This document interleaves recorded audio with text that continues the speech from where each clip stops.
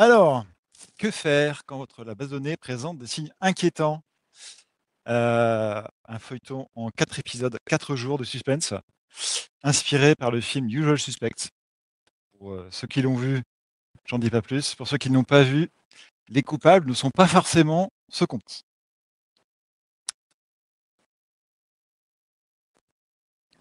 Voilà, je pense que je n'ai pas le focus avec la souris. Allez, on fait l'ancienne. Alors, du coup, qui sommes-nous avant de commencer? Je vais laisser la main d'abord à Anne-Marie et après je me présenterai. Anne-Marie, je suis dev, depuis, 8-9 ans. On s'est croisés, chez Octo sur cette mission Pix. Octo, j'y suis restée, 7 ans. Je suis plutôt, on va dire, back-end full stack et depuis, 2 mois, je suis en pause professionnelle ouverte aux opportunités. Open for work. OK, donc nous sommes tous les 2, nous habitons tous les 2 à Paris, parce qu'en fait nous habitons ensemble.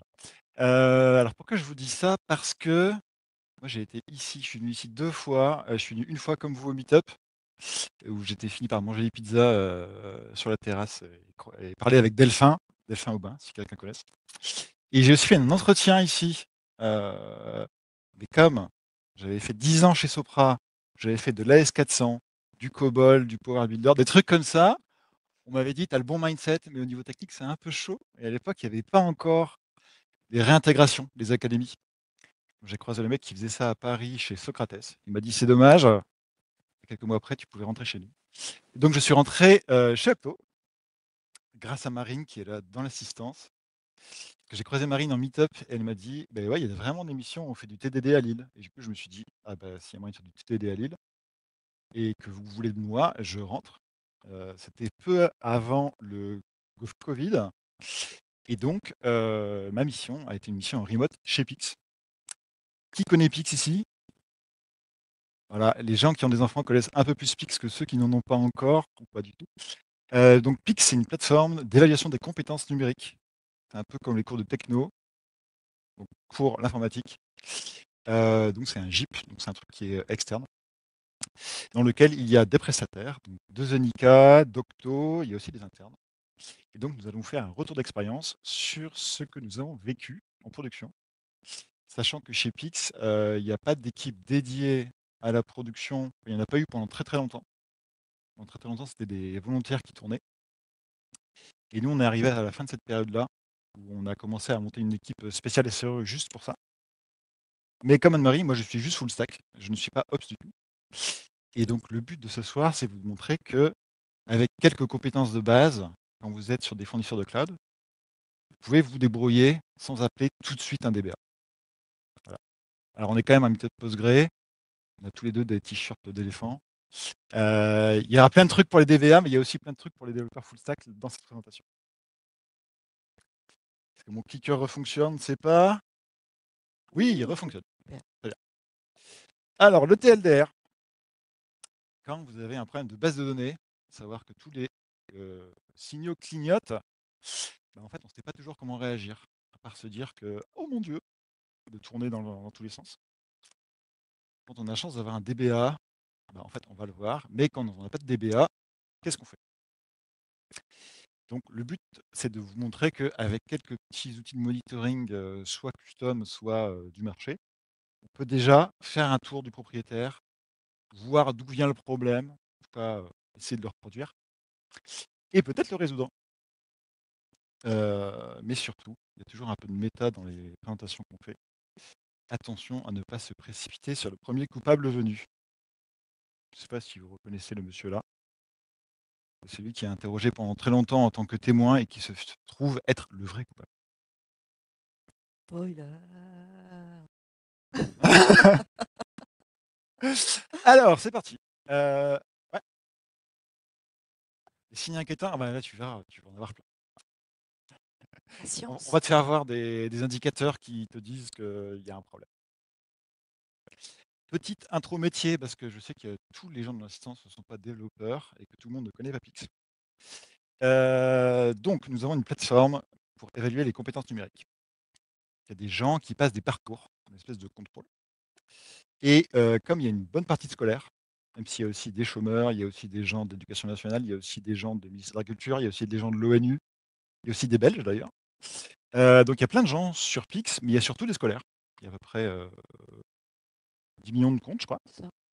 Et donc en septembre, les gens se remettent à travailler. Et donc généralement, ça se passe plutôt bien côté prod. Mais en septembre, on se dit toujours: Est-ce que ça passe pas?»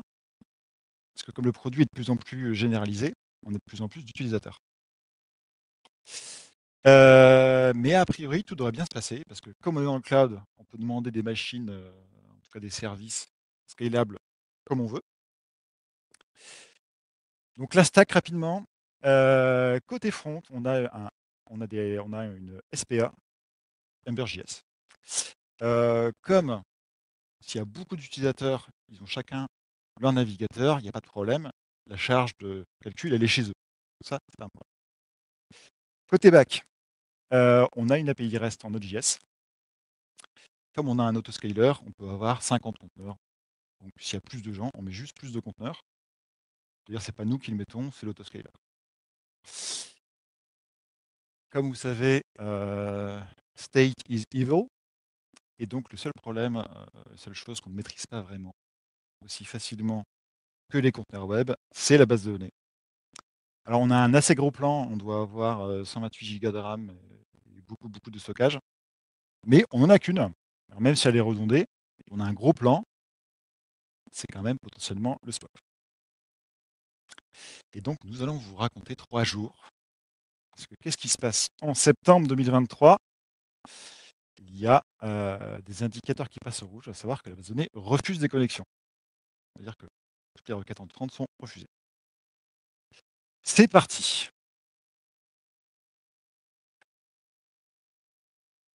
Mardi soir, premier signe avant-coureur.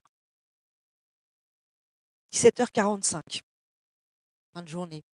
Et comme disait Pierre, on se rend compte que le nombre de connexions actives augmente. Et la BDT finit par refuser toute connexion. Et on le disait tout à l'heure, le plan est largement taillé. Et on se dit que si toutes les connexions sont prises, qu'on a atteint les quotas. OK, mais pourquoi?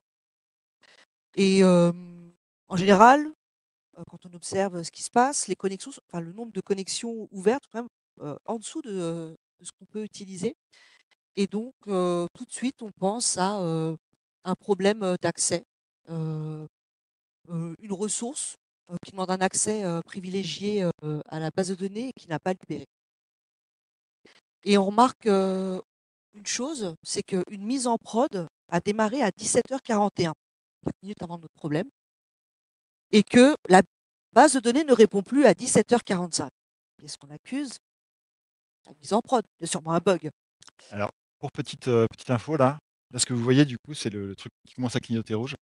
Pour les gens qui ne connaissent pas très bien Postgre, le nombre de connexions maximales, il est en dur.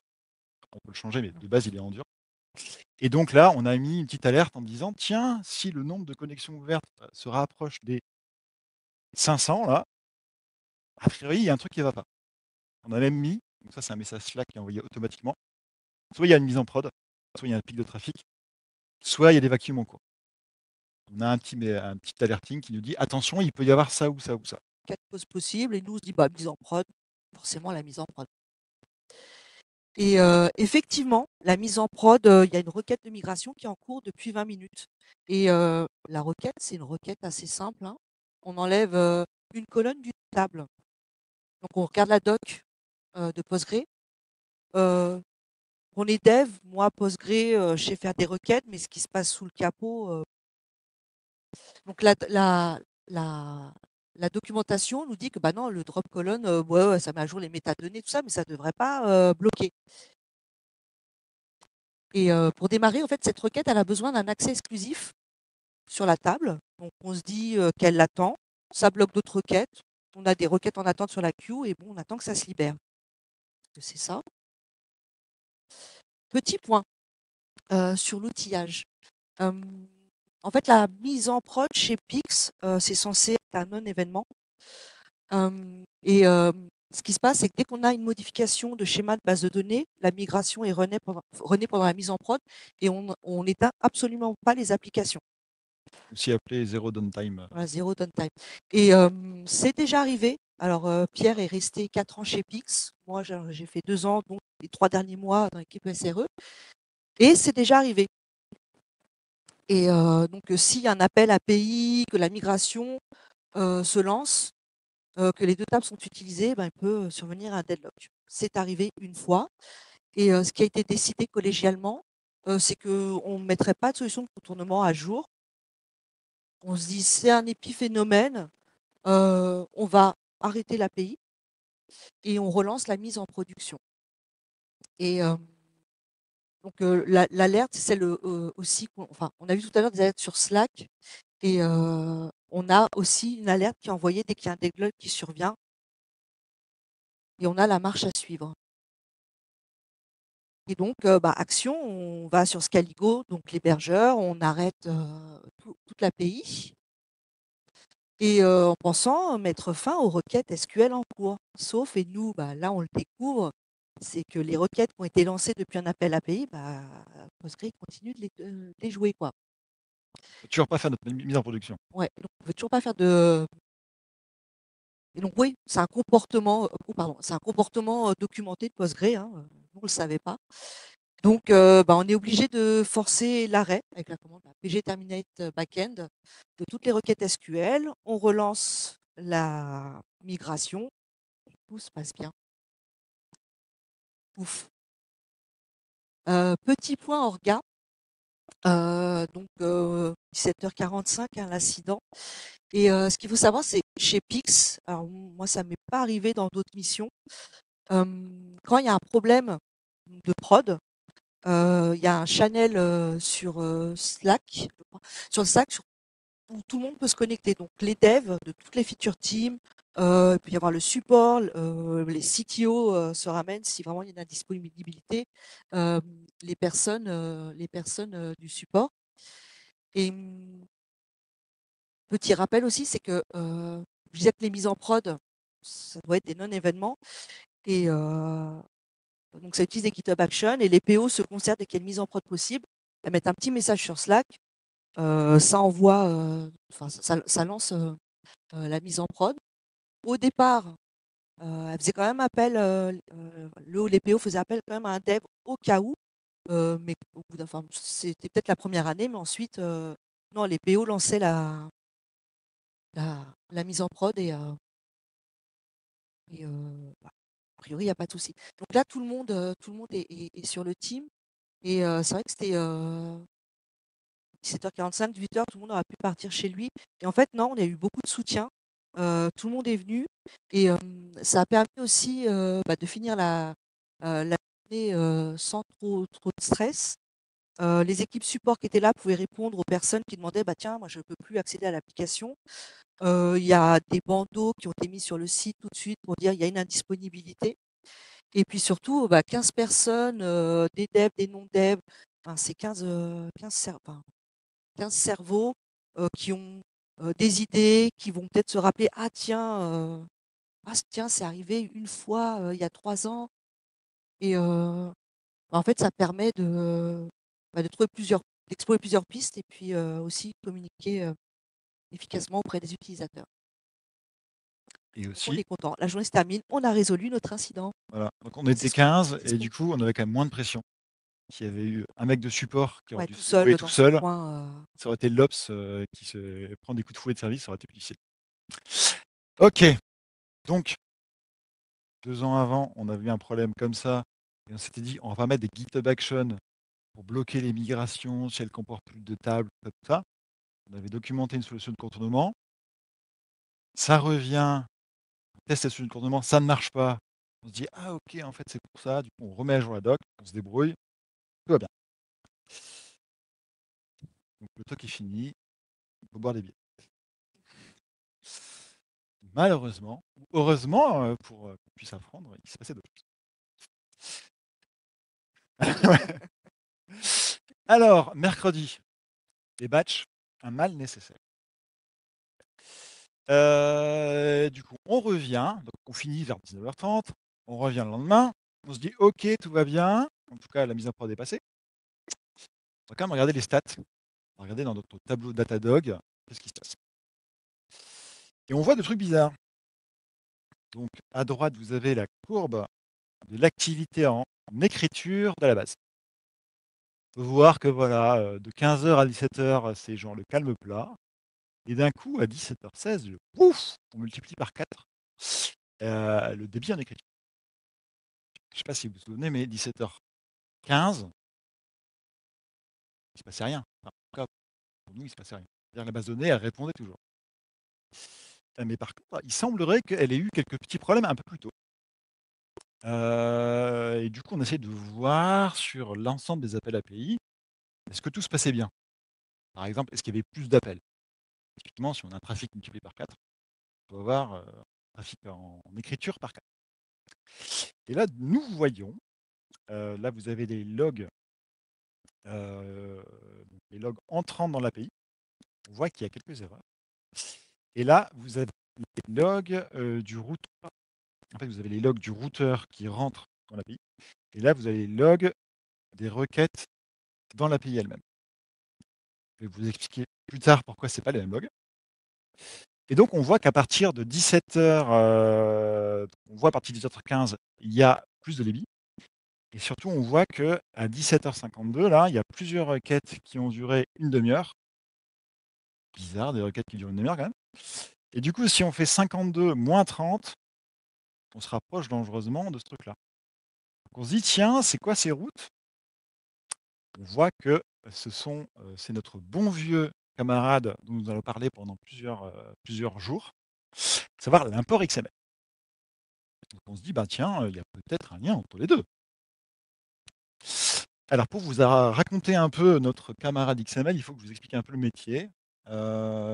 Comme on fait passer des parcours de certification aux élèves, en gros ils sont quand même notés, il faut pouvoir dire tel élève a le droit de passer tel ou tel parcours.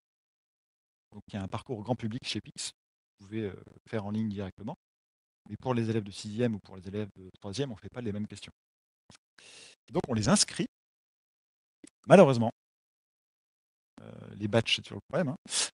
L'éducation nationale a son propre référentiel des élèves, mais elle ne veut pas nous le communiquer directement. Donc, quand vous inscrivez votre enfant au collège, on n'a pas un appel API qui vient créer l'utilisateur chez nous. Ce sont les professeurs qui doivent faire un extrait de la base. La base, comment s'appelait ce truc? L'apport siècle.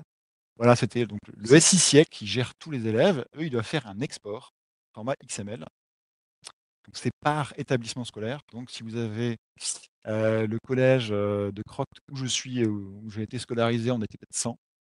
Par contre, si on est en Seine-Saint-Denis ou à Lille, on peut avoir plusieurs milliers d'utilisateurs. Donc un fichier XML, comme vous le savez, c'est assez verbeux. Donc si vous avez 1000 élèves avec 80 champs, ça fait de la donnée. Nous avons donc, au moment de la rentrée, l'inscription de tous les élèves et donc des imports de ce fichier XML.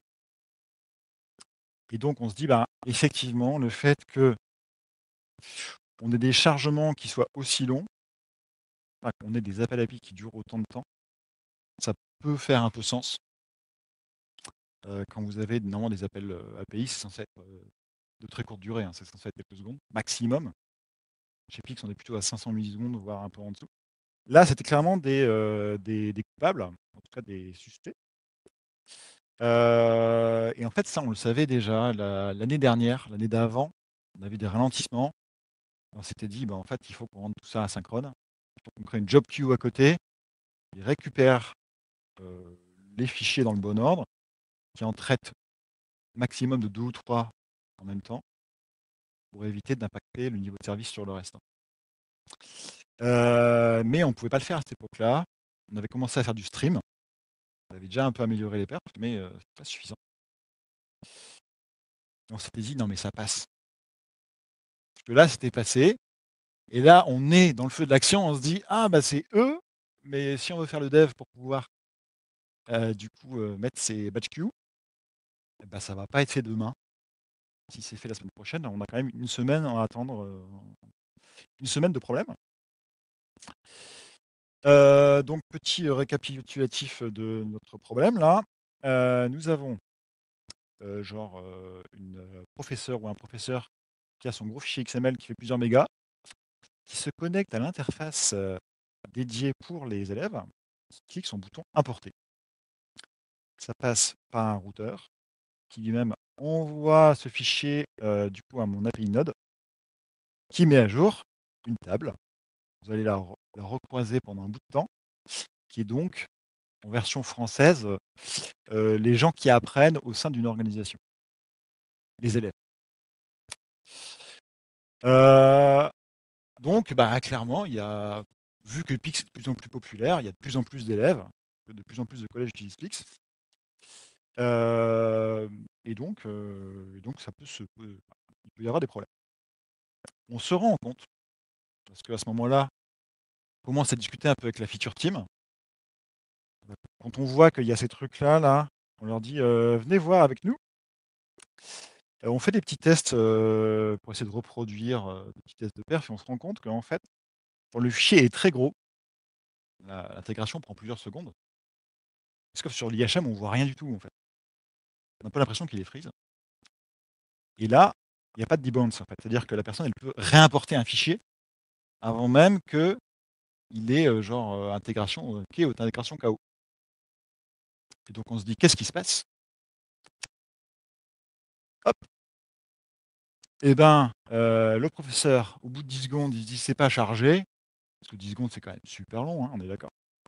Et donc, bah, lui, il réimporte le même fichier. Il réimporte le même fichier. Qu'est-ce qui se passe dans ces cas-là? Et ça, c'est quelque chose qu'on découvre aussi au fur et à mesure.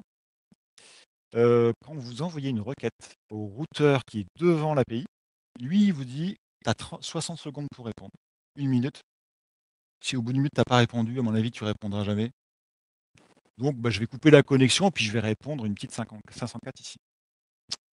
Ce que nous ne savions pas, c'est que Node, lui, il est très bien parce qu'il est non bloquant monothreadé.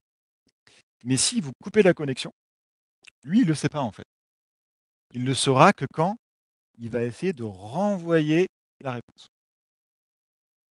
Du coup, qu'est-ce qui se passe? Elle envoie un premier fichier qui est très gros. Ça arrive jusqu'ici. On met à jour la table avec les milliers d'enregistrements. 10 secondes se passent. Elle se dit ah, c'est pas fini. Elle rajoute un fichier. Voilà. On peut essayer comme ça 25 fois. Et donc, nous avons un empilement des requêtes côté base. Et donc, on est bien d'accord que toutes les mises à jour là.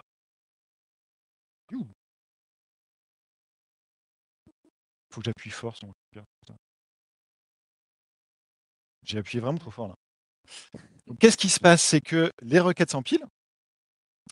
Et surtout, les requêtes, en fait, elles ne servent strictement à rien parce que c'est l'intégration du même fichier. Donc, nous avons une base qui slideshow. La base, elle en peut plus parce qu'elle a beaucoup de fichiers à intégrer. Voilà. De toute manière, si elle arrive à intégrer le fichier qui est ici, le premier, la première requête, là, elle va essayer de répondre, mais elle ne pourra pas répondre puisqu'il n'y a plus personne au bout du fil. Et elle va passer à la prochaine requête, qui est exactement la même chose. Donc en gros, on va avoir un accaparement des ressources et de la frustration ici parce que ne peut pas savoir que la première est finie. On se dit ah ben voilà, c'est ça le problème. Le problème c'est que l'utilisateur il peut intégrer plusieurs fois un même fichier et que on lui dise pas attends un petit peu. Et surtout qu'on ne grise pas le bouton, qu'on n'invalide pas le bouton. Du coup, qu'est-ce qu'on fait? On ne fait pas le hotfix tout de suite. On se dit ok, on a un problème d'IHM et nous profitons de notre service de CDN qui s'appelle Baline pour dire eh ben cette route API là, on va juste la désactiver tout de suite, là maintenant. De toute manière, elle cause des problèmes, donc on n'a pas envie que le truc s'escalade. Et on fait la feature team qui bossait avec nous, elle dit ok, moi je fais mon hotfix, je fais mon truc dans mon coin. On met en prod et on se dit ce qui est arrivé hier soir, probablement n'aurait pu se reproduire. Boum. Petit point orga, parce que chez Pix, c'est important pour nous. En fait, on a bossé avec l'équipe. On n'a pas dit à l'équipe, «Ça marche pas, c'est de la merde, allez résoudre ça tout seul». En fait, c'est bien parce qu'on était des ops, en fait des devs avec des rôles d'ops et des feature teams qu'on a pu refaire du coup le scénario, regarder les docs ensemble et surtout faire un truc assez rigolo. On a fait un petit dashboard dans Datadog pour dire: «OK, ça c'est le trafic. Ça c'est la durée des imports de fichiers XML». La durée est en minutes ici, hein, je ne sais pas si vous voyez, il y a des durées qui durent 20 minutes, 30 minutes. Par contre, la durée des imports en succès, elle est de quelques secondes.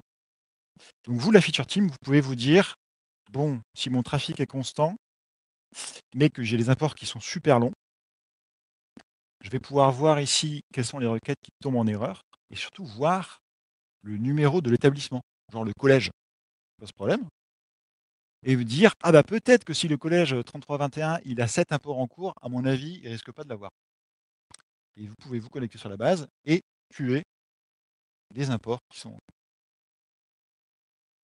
un peu brutal, mais voilà, quand ça marche pas, ça marche pas.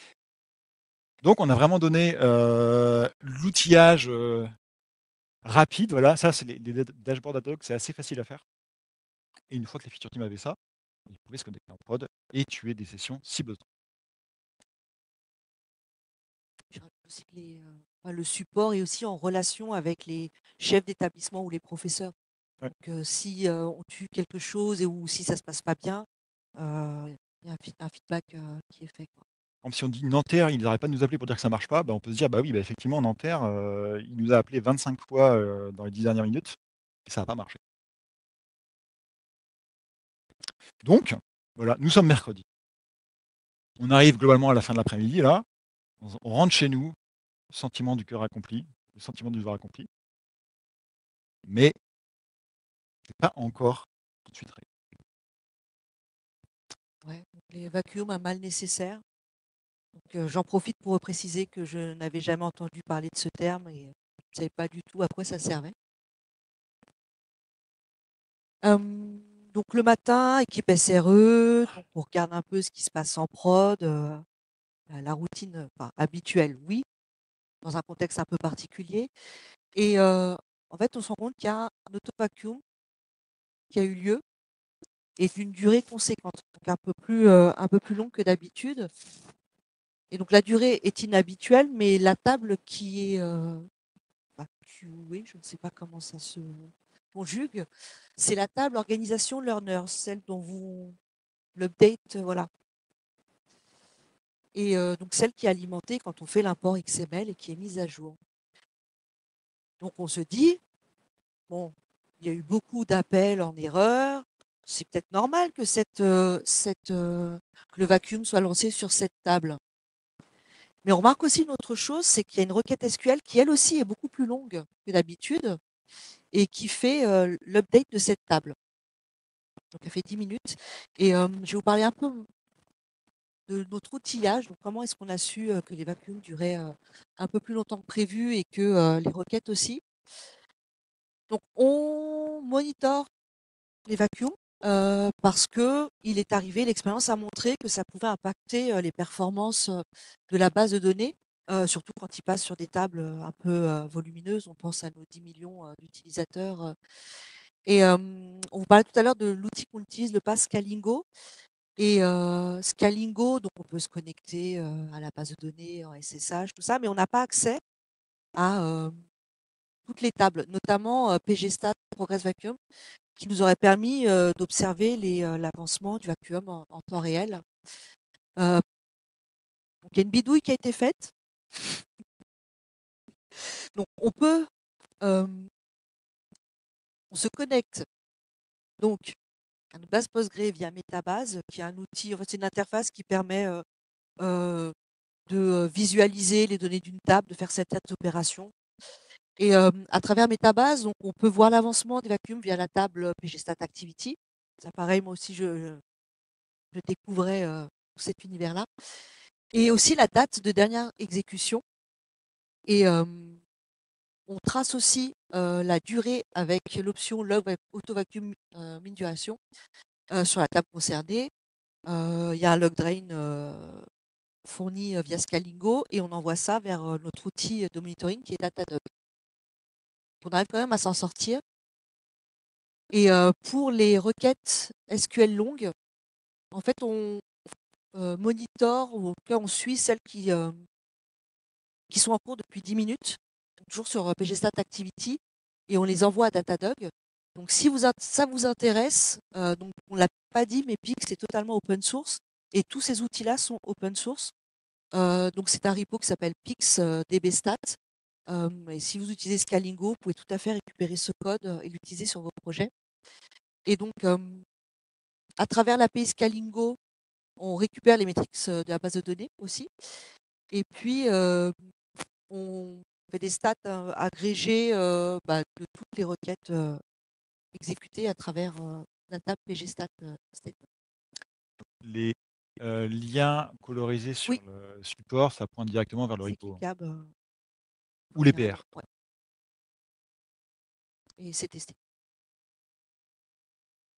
Donc on regarde un peu ce que fait cette requête, un update, organization sur Organization Learners. Et en fait, au moment de l'import, ça désactive tous les élèves d'un établissement. Pourquoi? Parce qu'on parlait de ces histoires de PIX qui n'est pas lié aux API. Donc, des élèves peuvent changer d'établissement. Il peut y avoir des fratries, enfin, tout un tas de soucis. Donc, dans le code, on désactive d'abord et quand on fait l'import, on réactive ceux qui sont vraiment inscrits dans cet établissement-là. Par contre, est-ce que c'est normal que ça dure aussi longtemps? Pas sûr. Donc, qu'est-ce qu'on fait? On se dit qu'il faut rejouer la requête et avec un jeu de données similaire à ce qu'on a pu observer. Donc, on joue la requête en prod. Petit astérix avec transaction et rollback. Et elle prend moins d'une seconde. Oh, Ah ouais, c'est oh. un update. A priori, il n'y a pas de raison que ça prenne 10 minutes. Donc, on commence à se poser, à avoir deux pistes. Est-ce que c'est encore une histoire de verrou?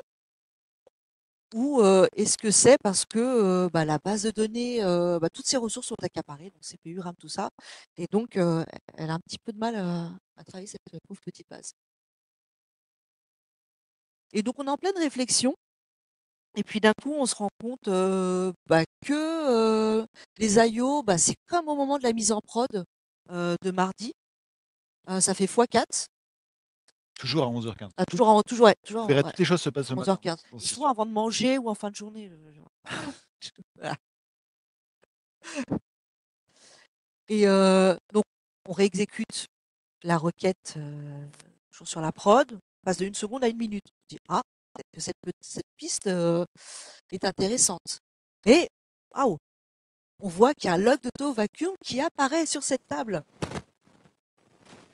Donc on se dit, bingo, c'est probablement l'auto-vacuum qui ralentit la base, la requête n'est pas exécutée en 1 seconde, et puis voilà, puis tous les imports qu'on parlait tout à l'heure. Attention, explicit TRX, la prochaine slide va vous choquer, en tout cas si vous êtes DBA ou si vous êtes un peu médico.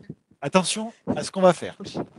Je rappelle, on est dev, auto-vacuum, vacuum, d'ailleurs ça se prononce comment? Vacuum. Donc on se dit, ils activent pour l'après-midi. Où est le problème? Et ça marche. La durée des imports, ça y est, ça passe de quelques minutes à quelques secondes.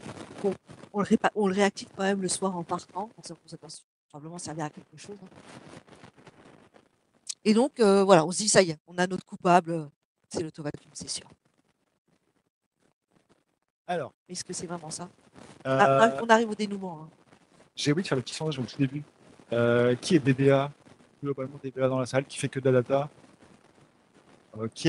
Qui est développeur? Ok, c'est bien. Donc je vais quand même faire le petit topo pour les gens qui sont développeurs.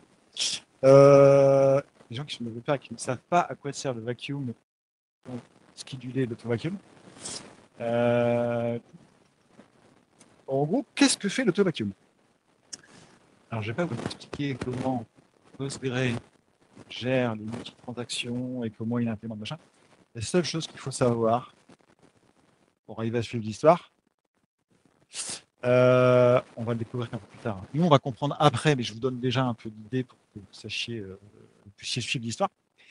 Sur PostgreSQL, quand vous ouvrez une transaction explicitement, vous faites begin transaction ou begin, et que vous faites des modifications. Vous ne validez pas votre transaction, et ben en gros, les données n'apparaissent pas aux autres utilisateurs qui se connectent après. Comment ça peut être fait? Et comment, par exemple, si vous vous connectez sur votre base et que vous modifiez des données et que pour finir vous dites non, en fait, je ne veux pas les modifier, vous faites un rollback, comment est-ce qu'on peut faire pour que tout ça fonctionne, pour qu'on ne perde pas de données? Alors, en Postgre, quand vous créez une donnée, quand vous modifiez une donnée ou quand vous supprimez une donnée, ce qui se passe, c'est que non, pardon, quand vous modifiez une donnée et que vous supprimez une donnée, en fait, les données qui étaient présentes avant votre modification ou suppression sont toujours là. Elles ne sont pas modifiées et elles ne sont pas supprimées. Ce que fait Postgre sous le manteau, que lui, il ne sait pas si à la fin de votre transaction, vous allez dire je garde mon travail ou je le jette. Lui, ce qu'il fait, c'est qu'il écrit une ligne ailleurs, pour résumer. Et donc, si vous validez cette transaction, bah, cette ligne ailleurs, si elle est plus visible de personne, il n'y a plus besoin de la garder. Vacuum, en anglais, c'est l'aspirateur, hein. C'est l'aspirateur par le vide, le truc qui fait. Et donc, l'auto-vacuum, c'est quoi? C'est une procédure qui se déclenche régulièrement et qui dit toutes les lignes que plus personne ne peut voir, je les enlève. C'est pour ça que on est quand même un peu pensif en se disant euh, le fait qu'il y ait beaucoup ici d'activités sur la table, parce que suite à des imports en masse de données, on ait modifié beaucoup de lignes. C'est normal que Postgre ils se disent bah, si tu as modifié beaucoup de lignes, du coup, moi j'en ai écrit à côté, et du coup, celles qui sont plus utilisées, il faut que je les enlève, parce que j'ai pas envie de perdre de la place. Donc on se dit c'est normal en fait qu'il y ait cette activité.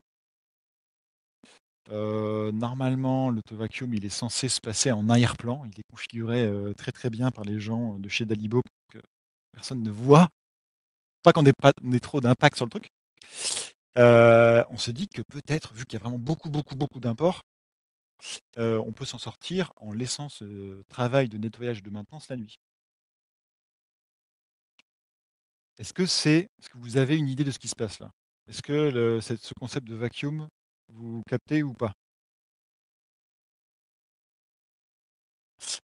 Alors en fait, Postgre garantit l'atomicité, quoi que tu le fasses, mais le vacuum permet de libérer l'espace des données qui ne sont plus utiles pour pouvoir être réutilisées. Voilà. Mais effectivement, c'est lié à l'atomicité. C'est un peu un garbage collector. Pour aller très vite, c'est à peu près ça. Ok, donc nous là, on est dev, on se dit ok, l'autovacuum il fait ça, j'avais pas compris, du coup c'est normal, mais quand même il est un peu casse-pied, il doit être mal configuré, ça c'est Scaligo qui fait pas bien son boulot, donc on va l'arrêter quoi. Puis on se dit le soir il n'y a pas grand monde, donc on le réactive et puis on recommence. Voilà. Le dernier jour, je vous mets le dernier compte à rebours, hein. Le dernier jour, 11h52, il se passe toujours des trucs avant, hein. 11h52. Donc, ah ouais, je vous ai pas dit, donc quand on revient le matin à 9h, 9h30, 10h, on redésactive l'autovacuum. Parce qu'on se dit, il y a encore des imports, donc voilà. On se laisse un peu de marge, de toute façon, on pourra le faire le soir, quoi. On reçoit à nouveau une alerte dans notre channel Slack disant le nombre de connexions est élevé. Et là, on se dit, mais qu'est-ce qui se passe? On pensait en avoir fini avec cette histoire, quoi. C'est-à-dire que les imports XML ils sont longs, ça on le sait, ça va passer. On a fait notre patch DHM, les gens ils soumettent moins de fichiers. La feature team elle regarde tous les imports en cours, elle en tue s'il faut. Et puis il y avait cet auto-vacuum qui nous cassait les pieds, mais en fait on l'a désactivé. Et boum! Retour à la case départ. Dans les jours précédents, on avait à peu près compris que notre outillage qui nous remontait des requêtes qui étaient longues, il était bien, mais il ne nous disait pas quelle était la requête qui bloquait les autres requêtes. Et donc quand vous vous connectez à la base et que vous regardez la fameuse, table pgstat-activity qui vous dit tout ce qui se passe, c'est bien, mais quand vous êtes sur un système de prod où il y a, 5 000 appels en cours, voilà, un tableau dans une IHM web avec 5 000 lignes, pas triées par durée, pas triées par début, c'était pas fou. Donc il y a un petit script, hein, disponible en open source, sur le wikipg qui vous donne l'arbre des verrous. Je ne vais pas faire non plus un cours sur les verrous Postgre, mais en gros, ce qu'il faut se dire, c'est que Postgre se débrouille pour garantir l'atomicité. Et donc, quand les requêtes, elles arrivent, elles sont traitées dans l'ordre. Si une requête veut mettre à jour une ressource qui est en train d'être utilisée par quelqu'un d'autre, il dit attends, dès que la ressource elle est libre, tu passes. Et donc, comme il y a beaucoup de requêtes en cours, potentiellement, vous faites la queue, quoi. Vous attendez que machin libère la ressource, et après vous allez passer le bâton à machin, machin, machin. Et donc, nous avons pris cette requête SQL qui vous dit, en gros, c'est pour ça qu'elle s'appelle arbre. Potentiellement, il y a machin qui bloque machin, et machin, il peut aussi être bloqué par machin. Bref, donc vous avez un peu l'ordre d'exécution, quoi. Donc 11h52, nouveau problème, hein, nombre de connexions. Et on se dit, ah ben c'est cool, ce nouveau script, on va pouvoir le regarder. Alors on ne le voit pas très bien ici, effectivement, l'interface noire en mode présentation, c'est pas fou. Vous avez tout en haut, normalement, la requête qui bloque tout le monde. Donc vous avez ici son PID, son petit identifiant. Et tout au bout, vous avez donc la source, c'est-à-dire c'est quoi la requête qui est en cours, depuis quand elle a été démarrée, et vous voyez, avec la petite indentation, qui elle bloque. Vous voyez que 64 bloque le 40. Le 40, lui, il bloque le 02, le 64, le 97. Vous avez un peu l'ordre d'exécution, et on voit ici que du coup, il y a une requête qui bloque tout le monde. Ce n'est pas forcément le cas, hein. Des fois, vous avez plusieurs requêtes qui s'exécutent en parallèle. Elles bloquent chacun quelqu'un, mais elles n'ont pas de lien. Et là, on se dit, ah, mais il y a quelqu'un. C'est insoutenable. Il est 45, on se dit, mais on va pas s'en sortir de cette histoire-là.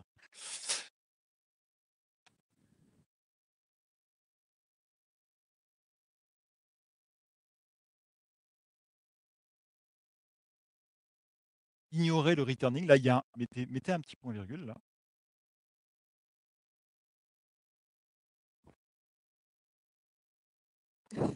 Voilà, voilà. Donc, ça, c'est la table avec beaucoup d'enregistrements sur lequel le vacuum, il passe tout le temps, là. Et des fois, il y a des requêtes qui sont censées le mettre à jour. Alors, la requête qui est censée mettre à jour, là, on l'a vu passer, là, avant. Euh, il n'est pas super actif, ce clicker. Eh ben ouais. Boum. Hop. Voilà. La requête qui durait de temps en temps 10 minutes, de temps en temps 1 seconde, elle fait son job. Elle dit, bah voilà, sur le collège de Trifouiller-les-Oies, là, tu vas me désactiver tout le monde. On est d'accord? Il y a bien un where, là. Elle est normale. Il semblerait qu'il y ait une autre requête qui a l'air plus que suspecte, qui bloque tout le monde, bizarrement. Il bloque tout le monde. On se demande pourquoi. Je ne sais pas si vous avez vu. Ici, là, il y a un espèce de commentaire bizarre, là. Il jouera un rôle très important. Hop. Donc voilà, gros silence.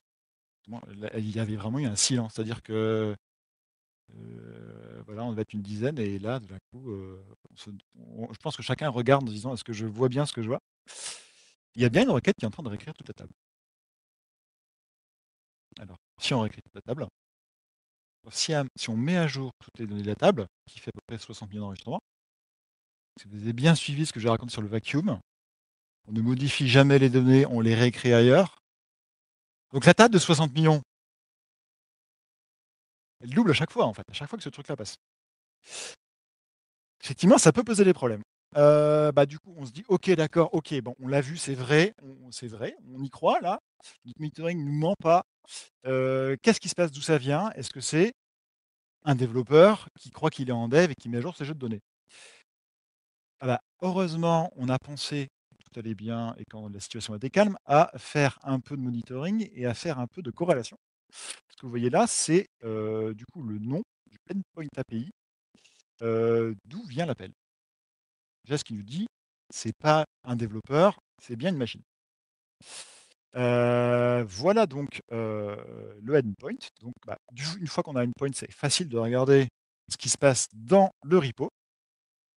Et on voit qu'effectivement, il y a bien quelqu'un qui a écrit: «Tu vas mettre à jour la table». Il va me retourner ses ID, mais tu vas tout mettre à jour. Il n'y a pas de closeware là. Ça, c'est un rebuilder classique, hein, il est à peu près transparent. Voilà. Et ça a été fait dans une PR mergée il y a 3 mois. Parce que quand on a eu les problèmes de mise en prod, la première chose qu'on a fait, c'est regarder le changelog en se disant: «Mais c'est dû à un truc, on a mis en prod un bug». Ouais, on a mis un prod un bug, sauf que c'était il y a 3 mois. Qu'est-ce que ça veut dire en gros? C'est que, parce que je ne vous ai pas tout raconté, ce endpoint API là, il est appelé par votre navigateur quand vous rejoignez un parcours, quand vous commencez une évaluation. Il n'est appelé, et heureusement, que dans le cas où l'utilisateur a été désactivé. C'est-à-dire que le prof peut dire je désactive tel élève. Et là, c'est une feature qui dit bah, les gens qui étaient désactivés, en fait, on leur donne une deuxième chance, et donc ils ont le droit de rejoindre un parcours. Et donc, il se trouve que quand un élève désactivé veut quand même passer son parcours, et ben lui, il déclenche une réaction en chaîne. Ouf. Voilà. Alors, notre coupable, là, se dire en fait, c'est l'organisation, c'est l'API siècle, elle ne veut pas être interopérable, du coup, on a envie de faire du XML, c'est super relou. En fait, ça n'a rien à voir. C'était bien un bug, un gros bug qui tâche. Alors, je tiens à dire que tout de suite, on se dit ok, d'accord, ok, réfléchissons, Pierre. Bon, on va l'arrêter déjà, la requête là. On va faire un PG terminate session là. Et puis surtout, on va refaire la même chose que pour notre problème d'IHM. On va bloquer la route. Et là, je peux vous dire que mettre en place un CDN, des fois, c'est un peu casse-pied. Mais quand vous l'avez et que vous avez un problème de prod, vous êtes tellement. Donc, gros coup de frein. Et quand même, réflexion. En se disant, OK, en fait, on a une requête qui met à jour toute la table. Ben, les données, il s'est passé quoi là? On a peut-être perdu des trucs là. Donc voilà, il était donc 11h52. Là, je pense qu'il était 11h52. On voit ce truc-là. Midi, on bloque la route. Et midi 2, bah, on a encore la sueur qui coule parce qu'on se dit: «OK, on a trouvé d'où ça vient, mais j'ai peur de voir quelles sont les conséquences». La requête a-t-elle déjà été jusqu'au bout? La requête en cours, on l'a tuée, mais il y a peut-être quelqu'un qui a fait des appels. On regarde les logs, on se dit: «Ah bah ouais, elle est passée, il y a 2 jours». Ça c'est où, elle est passée cette nuit, puis il y a 2 jours. On se dit: «Hop». On fait une petite requête, on se dit: «Voilà, renvoie-moi le nombre d'élèves, le nombre d'élèves désactivés et le nombre d'élèves actifs». Et en fait, on se rend compte que tout le monde, enfin, en gros, les données ont l'air claires. C'est-à-dire qu'il y a bien des élèves désactivés et des élèves actifs, alors même, j'achète un clicker qui marche vraiment très bien, alors que la requête, elle dit je mets tout le monde à actif, quoi. Donc on comprend pas très bien ce qui se passe, mais on se dit ok, on va pouvoir aller manger. Pas de reprise de données. Ça, je vous ai déjà dit. En passant, on se dit bon bah l'auto-vacuum, on peut le réactiver, hein, vu cette histoire-là. Voilà. Et du coup, petit slide avant de passer à la conclusion, car l'heure tourne, hein. Comment est-ce qu'on a pu savoir que c'était un appel API qui a fait cet appel en base, et comment on pouvait savoir l'endpoint? Il y a des vraies solutions pour les pros, du genre Jaeger ou OpenTelemetry, qui font ça bien. À l'époque, on s'est dit: «OK, il y a des gens qui ont essayé de faire ça, nous on va essayer de le faire aussi», pour les gens qui font du Node.js. Du coup, il y a 2 choses qui se passent, hein. Vous recevez une requête HTTP en entrée, donc dans le framework qui s'appelle API.js, ici, et vous avez un client SQL qui fait des appels. en base. Donc, dans Node, il y a un truc qui s'appelle le Async Local Storage. Si vous ne connaissez pas, vous pourrez lire. C'est pas super simple à utiliser, mais en tout cas, ça nous a permis de se dire, quand je reçois une requête, je crée un identifiant, je lui dis: «Tu es sur ta endpoint», je le mets dans une espèce de cache qui s'appelle l'Async Local Storage et au moment où j'appelle la base de données, je regarde dans le cache, je lui dis: «L'identifiant machin, tu connais? Oui, c'est le endpoint machin. Bah, rajoute-le en commentaire du début de la requête» et boum! On n'a pas besoin d'acheter le plugin Datadog qui fait tout et qui doit être à 15 000 € par mois et on a une solution qui marche pas trop mal.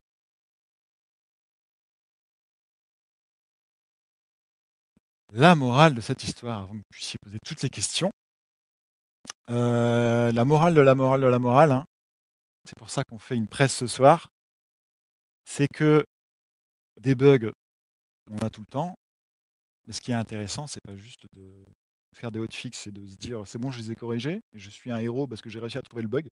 Surtout d'apprendre de nos erreurs, quoi. C'est-à-dire que les bugs, il faut les chérir. Il faut se dire, «Ils me disent quelque chose sur ma manière dont je travaille, essayons de les étudier».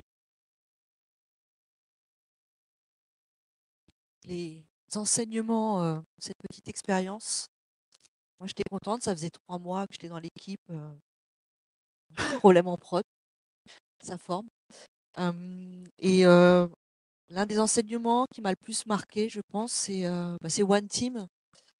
Hem, on a déjà parlé tout à l'heure, le fait de se retrouver sur un Meet avec, plusieurs personnes, des feature teams, des devs, faire jouer l'intelligence collective, avoir les gens du support, mettre des manières, beaucoup de communication. Mais ce qui m'a le plus marqué, c'est, au moment où on découvre le bug, il y a quand même une personne qui est là, qui a fait la PR et qui a le visage qui se décompose. Parce que dans l'équipe, on avait beau, enfin, on travaille avec, l'idée de faire de l'école programming, donc d'où avec, les gens et dur avec le code. Mais, cette personne-là, on l'a pas montré du doigt, on a rappelé que ça avait passé, la code review. C'était testé, il y avait des tests d'intégration. On a enlevé une slide, mais on parlait de l'importance quand on fait, notamment du TDD, de commencer par un test rouge pour être sûr qu'on valide bien tous les cas. Et c'est vraiment ce qui m'a, le plus marqué, d'être une équipe soudée, que tout le monde puisse prendre la parole. Heu, Dans le team, n'importe qui peut venir, du plus junior au plus senior parce que, je crois que c'est, Weinberg qui dit ça, la personne qui prend le lead parfois, c'est pas celle qui prend le lead tout le long, mais c'est celle qui pose la bonne question au bon moment et qui fait évoluer, et qui aide à résoudre le problème. Et voilà, on a travaillé, tous ensemble pendant 3 jours, pour résoudre le bug. Et il m'est arrivé après dans une autre mission d'avoir une équipe qui vraiment fait planter l'API. Et j'ai eu la même attitude en disant, «On est une team, les erreurs ça arrive, on travaille tous ensemble». Et c'est vrai que les gens après sont venus me dire: «Mais merci, en fait, on n'entend pas toujours, ce discours-là, on va plutôt être, finger pointing, quand ça va mal». Et une question de logique, hein, on le sait, mais corrélation n'implique pas causalité. Et donc ouais, corrélation temporaire, il se passe un truc, on a un autre truc, qui se passe au même moment, ça doit être ça. Et on vous avait montré, je le petit message Slack au tout début qui quand même donne 4 causes et comment nous on est arrivé sur la première cause parce qu'elle arrive à peu près au même moment.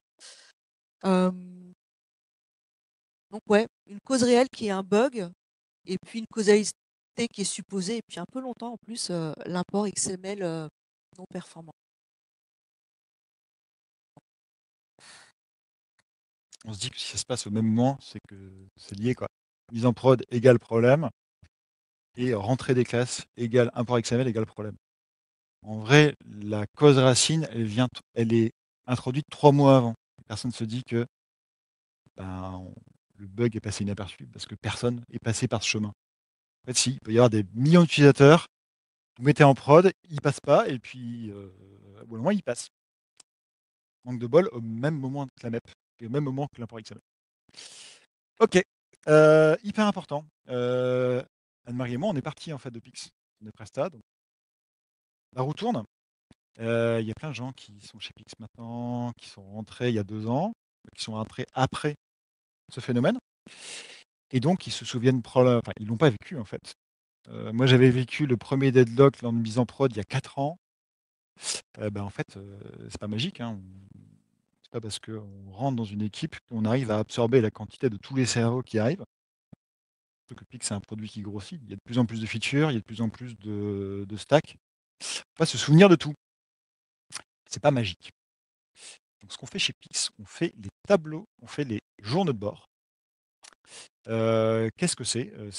C'est sur le même principe que la navigation en mer. À une époque, on n'avait pas de GPS et pas de radar.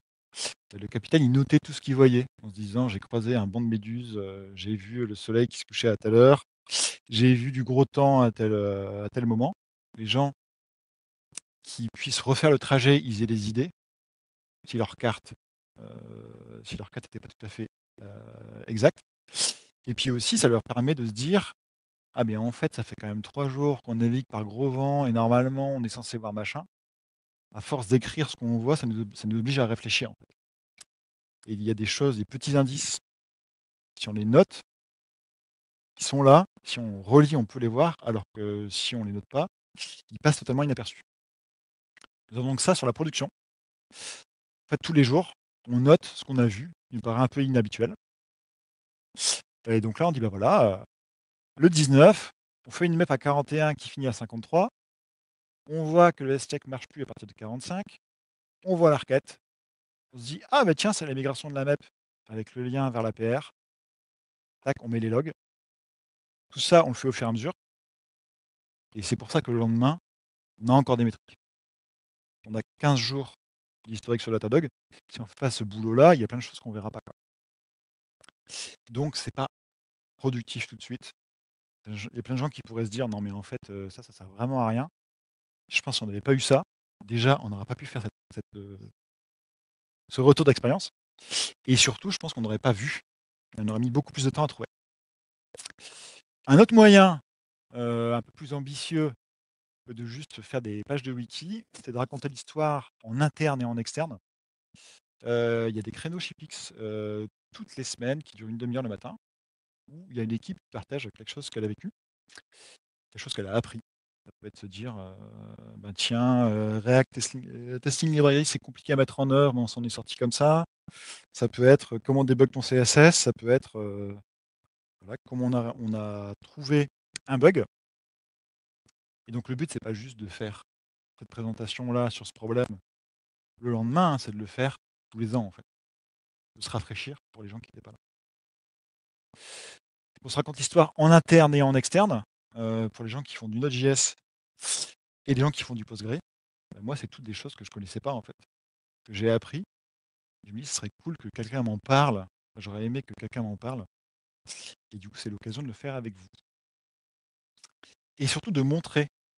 On avait une idée avec Anne-Marie qui est de se dire: «On prend la code base, on check out sur le chat de la mise en prod, on lance un test de perf en local et on vous fait voir ce qui se passe». Enfin, tout ça, c'est stricto sensu, c'est possible, en fait. Parce que comme on a versionné le schéma, et ben, on peut le refaire et surtout n'importe qui peut le refaire. Ça fait une espèce de gros TP pédagogique. Et surtout, la morale de l'histoire, ne pas aller trop vite en besogne. Notre camarade d'import XML, qui est toujours le premier suspect, n'était pas la bonne personne. La petite morale, c'est le plus grand tour que va jouer le diable, c'est de nous convaincre qu'il n'existait pas. On s'est jamais dit qu'il y a un bug en mode une requête sans closeware qui pourrait nous causer des problèmes. Ça n'existe pas. On fait du TDD, on fait de la code review. Les gens sont là depuis super longtemps. On aurait pu le voir. Et là, non. C'est l'heure des questions. Sachez que la version augmentée est sur le blog Octo. Là, vous avez des extraits de code, vous avez des liens vers la doc, vous avez vraiment tout ce qui est possible. C'est quand même bien de commencer par la version condensée. Eh bien, je donne le micro à la salle.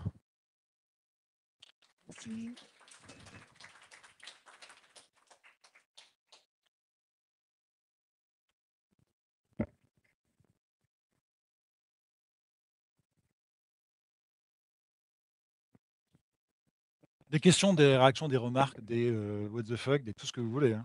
Bon, déjà, c'est super cool d'avoir présenté ce que vous avez pu présenter. On a appris Vécu. plein de choses pour le coup, notamment sur Pix. J'avais deux questions par rapport à l'incident. Le premier, c'est est-ce que vous utilisez des ORM strictement ou est-ce qu'il y a des permissions? Hyper intéressant. Quand je suis arrivé, il y avait Bookshelf et il y a une vétérante de l'équipe qui a dit: «Mais en fait, au début, c'était bien et en fait, on faisait que des hacks autour des hacks, autour des hacks, autour des hacks» et elle a dit: «Eh ben, on va l'enlever» et on l'a enlevé. Donc OK. on utilise du coup le query builder Kenex qui permet de faire en gros du SQL et plutôt que de faire une énorme string avec potentiellement des erreurs de chaîne, vous appelez vous faites comme un builder en fait. Vous faites un select, vous passez des parenthèses et puis go, quoi. OK, intéressant. Du coup, ça donne une explication sur la raison de pourquoi ne pas utiliser un URM, par moment. C'est intéressant.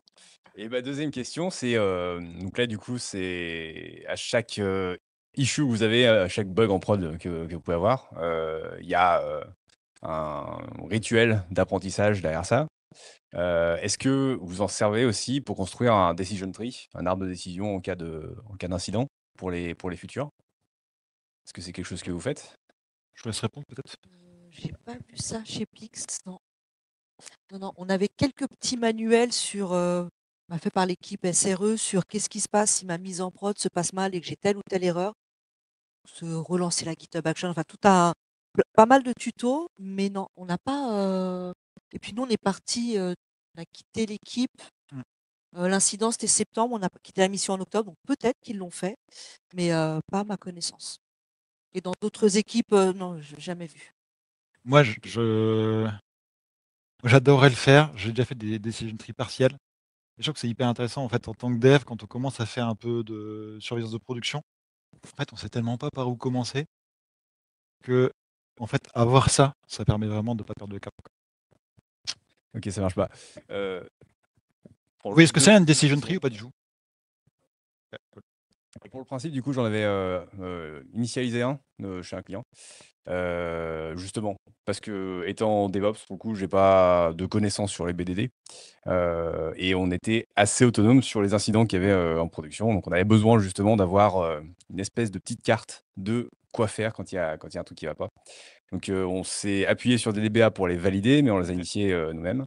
Et puis à chaque incident, en fait, on le complétait et si bien qu'au bout de 4 5 mois, je dirais, Ouais. sur 90 des incidents qu'il y avait en production, on pouvait se débrouiller tout seul, sans support, sans quoi que ce soit. Donc, je trouve que c'est un bon outil, pour ceux qui connaissent pas, ouais. Ouais, petit fork là-dessus. Heu, Ça va paraître super bizarre, mais en fait, au mieux votre production se porte, au moins vous apprenez. En fait, on a appris vachement parce qu'il y a eu un gros bug. On s'est dit: «Mais attends, on a du monitoring, c'est déjà pas mal, mais en fait, il nous manque des outils». On a rajouté des outils. On a compris comment ça marchait.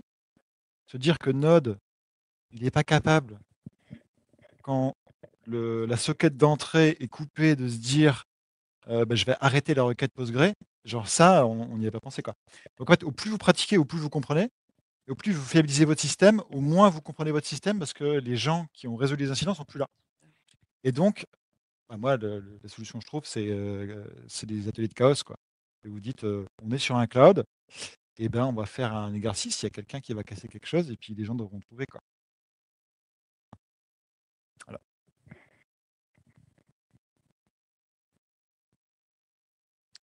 Moi, j'avais vu la conférence en janvier. Ouais. Il y avait une explication sur pourquoi tous Ah! les étudiants n'ont pas été désactivés. Et moi, je me souviin, il y a un truc avec un returning ID, mais comment ça se comporte Node quand tu lui retournes 60 millions d'ID? Nous avons, sur les imports XML, nous avons eu des crashs de conteneurs. C'est pour ça qu'on a fait du stream. On l'a pas mis dans la slide, mais on a aussi eu des crashs de conteneurs dans ces jours-là. Et donc voilà, l'une des hypothèses, qui avait émergé quand on a fait la première restitution, auquel j'avais pas du tout pensé, c'est que potentiellement, cette requête a été exécutée plusieurs fois et elle a été rollback automatiquement parce que quand Postgre a envoyé toutes ces données-là, au bout d'un moment, Node, il a dit, «Moi, j'ai des VM qui font 256 mégas de mémoire, c'est des S dans Scalingo, j'en peux plus». Et Postgre, il s'est dit: «Ah bah tiens, si le client, il a pas reçu les données, peut-être qu'il faudrait que je fasse un rollback». il y a 15 jours de log sur Skylingo. On ne saura jamais. En fait, si, vous pouvez vous-même trouver la réponse, vous check-outez, vous créez là sur Skylingo, vous lancez les tests de perf, peut-être qu'on saura un jour. Quoi. Alors pour la petite histoire, il y a du coup dans le repo un outil qui permet de créer des fichiers de listes d'étudiants de manière anonymisée qui font des tailles aussi grosses que vous le voulez. Donc, si vous voulez vous coller au truc, ça peut être drôle dans un atelier sur un technosaure par exemple.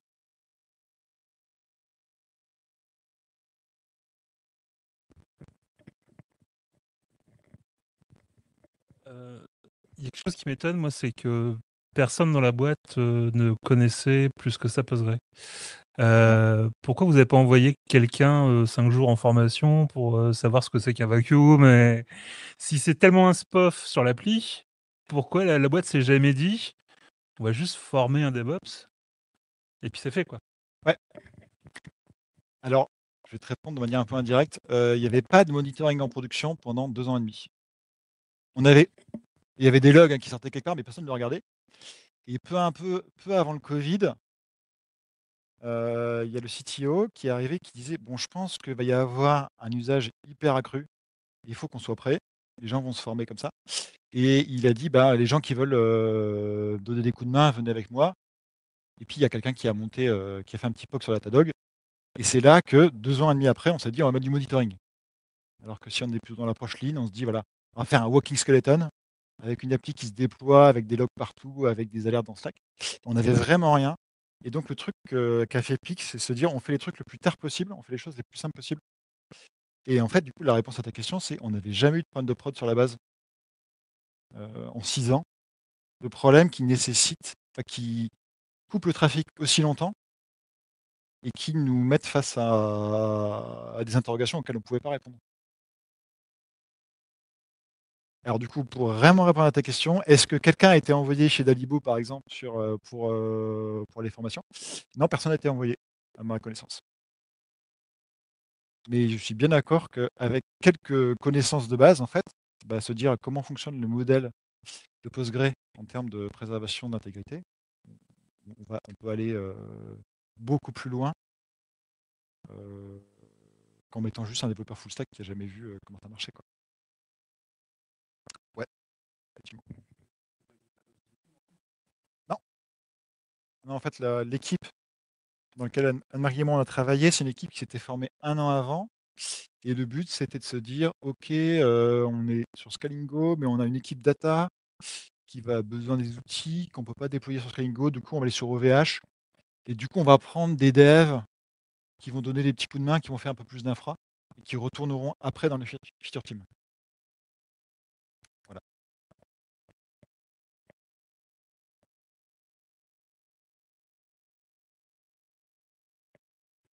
Merci pour ta question. Bonjour, merci pour la présentation. Alors, la question que je vais poser a peut-être été répondue au début, mais j'étais en train de faire des vacuums et des repacks sur des bases de prod avant d'arriver. Donc, j'ai été un petit peu retardé par des opérations de prod, désolé. J'ai entendu parler tout à l'heure de 5000 sessions bloquées. Ouais. Ça veut dire que le serveur de base de données peut accepter 5000 sessions en parallèle. Le max connexion, c'était à combien? Je te dis 500, c'est 500 là. 500. Ouais, alors je sais plus exactement quel était C'est stacké sur les serveurs d'app derrière. Globalement, vu que c'est une DBA de service, en gros, en fonction du plan qu'on choisit chez Scalingo, il change le nombre de connexions entrantes. On n'a pas le. Il s'adapte automatiquement? Non, c'est les gens qui font du SRE chez Scalingo Ouais, ok. qui doivent avoir des scripts qui se disent voilà, pour un plan à 128 gigas avec autant de temp, j'autorise autant de connexions. Ouais, justement, c'est ma question. Est-ce qu'il y avait un pooleur de connexion entre JS et Alors justement, Postgre? je ne l'ai pas mis dans cette slide-là, mais ça fait partie des trucs hyper intéressants à savoir quand on est full stack. Nous, au début, on ne savait pas. En fait, on n'a même pas vu qu'il y avait un pool de connexion qui était côté conteneur web. En fait, il n'y a pas de PG Bouncer devant, il n'y a pas de pool de connexion unique devant la base. Les pools de connexion sont sur les conteneurs. Chaque pod a son propre pooleur. Voilà, chaque conteneur. Et donc, je le fais hyper rapidement. Donc, Postgre dit, pour aller vite, pour répondre rapidement, il vaut mieux, ça fait partie un autre article que j'ai publié chez Octo, il vaut mieux laisser la machine à quelques requêtes, pouvoir processer toutes les données et qu'elle réponde vite, plutôt que de donner la machine à plein de requêtes en même temps, parce qu'il va y avoir beaucoup de context switching. Et donc pour ça, pour limiter le nombre de requêtes en entrée sans que l'utilisateur il ait une erreur, un truc qui s'appelle un pool, c'est-à-dire lui il ouvre toutes ses connexions, il va servir les gens au fur et à mesure. Il y a deux solutions, il y a soit vous mettez un seul pool devant la base, soit vous mettez côté conteneur, chaque API va avoir son propre pool. Et donc nous ce qu'on ne savait pas quand on a commencé à s'occuper de la prod, et quand on a commencé à mettre l'autoscaling, c'est que les pools étaient dans les conteneurs. Et donc, on a eu quelques surprises. Quand on a monté le nombre de conteneurs, en fait, on avait configuré le nombre de connexions. En fait, en gros, on n'avait pas divisé le nombre de connexions maximum par le nombre d'instances de notre API. Et donc, ça nous a posé des problèmes.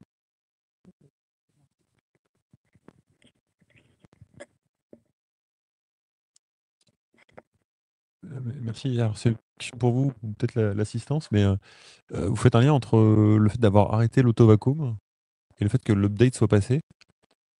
Et si je dis pas d'update d'insert, est-ce que vous êtes sûr du lien entre les deux?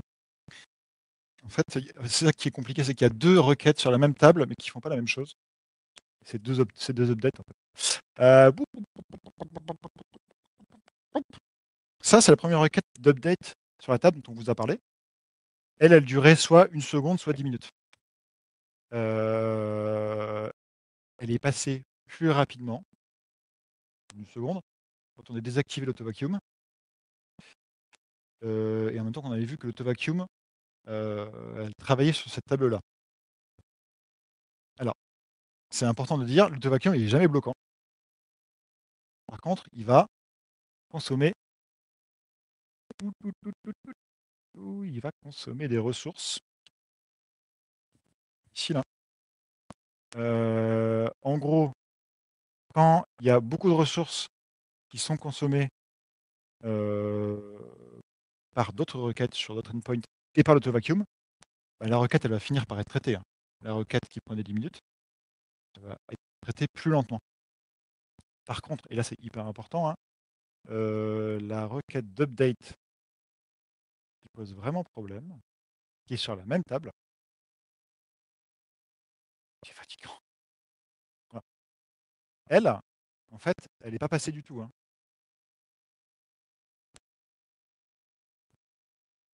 Est-ce que ça éclaire ta question? Le vacuum n'a jamais bloqué personne.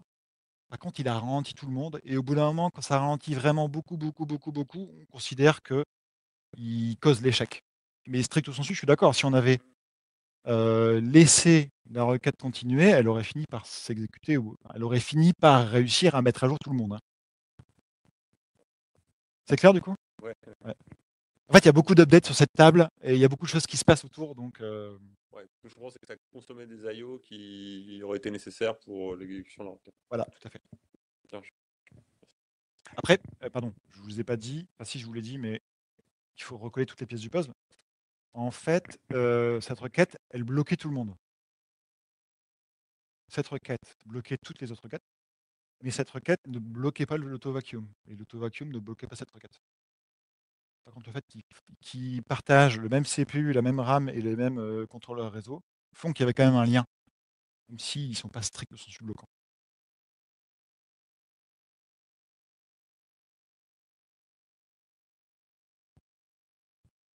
Peut-être pour finir, je peux vous faire voir la dernière slide, celle qui est cachée. Je rends le micro, vous n'avez plus de questions, c'est OK? Merci pour les questions. Merci. Alors, la slide cachée, c'était celle-là. Je profite, je dis ça parce qu'il y a des DBA, du coup, c'est mieux. Elle est là. Voilà, stricto sensu, c'était plutôt ça. C'est que, donc, on met un bug en prod 3 mois plus tard. La seule fois elle est appelée, elle met à jour intégralement la table, elle fait un gros update. L'autovacuum, du coup, se déclenche parce qu'il y a eu beaucoup de modifications. Il accapare toutes les ressources CPU IO. Et en parallèle, ce qui se passe, c'est que la mise à jour de la table, des contentions sur les autres requêtes qui, elles, accédaient à la même ressource, par exemple l'import massif de XML. Et donc le seul symptôme visible de cette histoire, si vous n'avez pas de monitoring et si vous vous rendez pas compte que cette requête d'update est en train de passer, c'est qu'il y a les traitements qui tombent en échec, ici, et qu'il y a des autovacuums qui se déclenchent. Et nous, on a mis toutes nos billes là-dessus, en se disant, le XML, c'est lui qui prend toutes les ressources. Voilà. Nous, on a mis cette carte mentale-là, on a mis vraiment longtemps avant de la mettre, parce qu'au début, on ne connectait pas les bouts.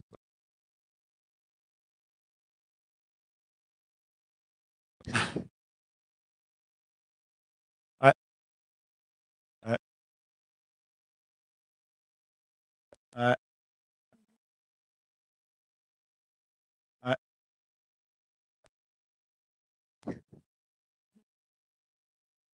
Ouais. Tout à fait. Oui, tout à fait. Ouais, tout à fait.